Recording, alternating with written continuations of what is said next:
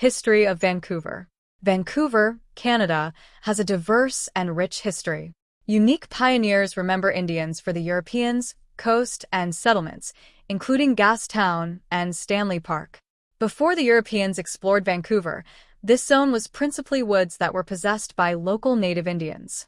There are mountains on the north shore of the country, which numerous individuals currently known as Cypress Mountains, the Grouse Mountains, and Mount Seymour.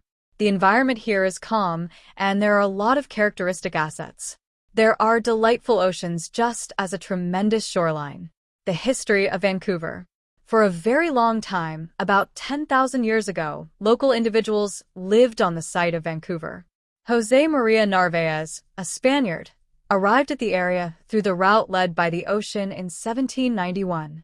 Vancouver was a little sawmilling settlement called Granville during the 1870s.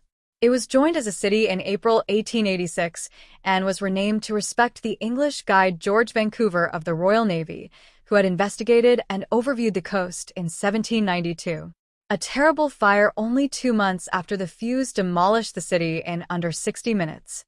The city recuperated, despite that, to turn into a well-off port, supported partially by the establishment of the Panama Canal in 1914, which made it financially practical to trade grain and wood from Vancouver towards the east bank of the United States and to Europe.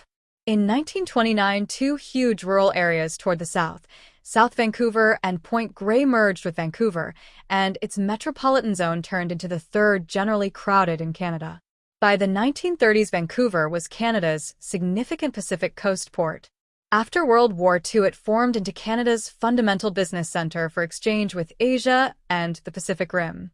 The city has for quite some time been a famous destination for colonists both from different pieces of Canada and from abroad. The deluge of East Asians, basically Chinese, has been remarkable, particularly since World War II. Against Asian mobs and flare-ups of brutality were not inconsistent during the city's most initial years. By 1901, Vancouver was a clamoring city of 26,000, and it developed at an extraordinary rate. Protection from Asian migration was additionally proved in the Kamagata-Maru occurrence of 1914, in which the boat of that name, conveying in excess of 300 Indians, was not permitted to land its travelers, every British subject, and had to get back to India. By 1931, Vancouver had 246,000 residents. With time, Vancouver kept on upgrading, and not only with the population, but with multiple buildings as well that today holds great significance. After the Second World War, Vancouver kept on developing quickly. The Museum of Anthropology was established in 1947. Additionally, in 1956, Capilano Suspension Bridge was remade. Fun facts about Vancouver City. A lot of people concur that Vancouver is perhaps the most delightful urban area on the planet, with a dazzling setting between the excellent Pacific Ocean and the North Shore Mountains. Here are a few facts about Vancouver that might interest you more.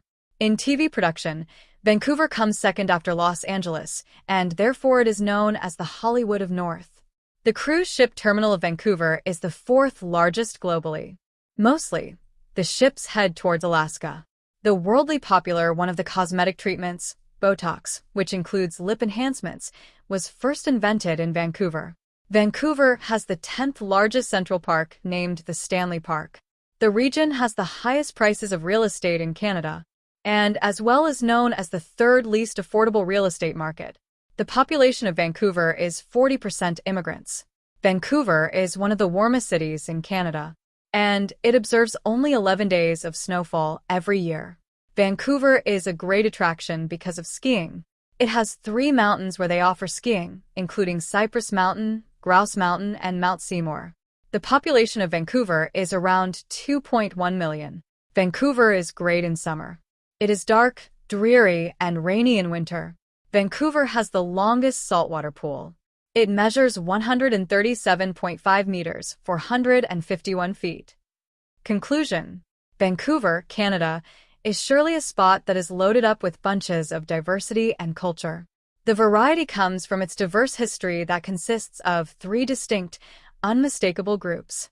These groups of people are no other than the native coastal Indians, the exploration by Europeans, and present-day building blast.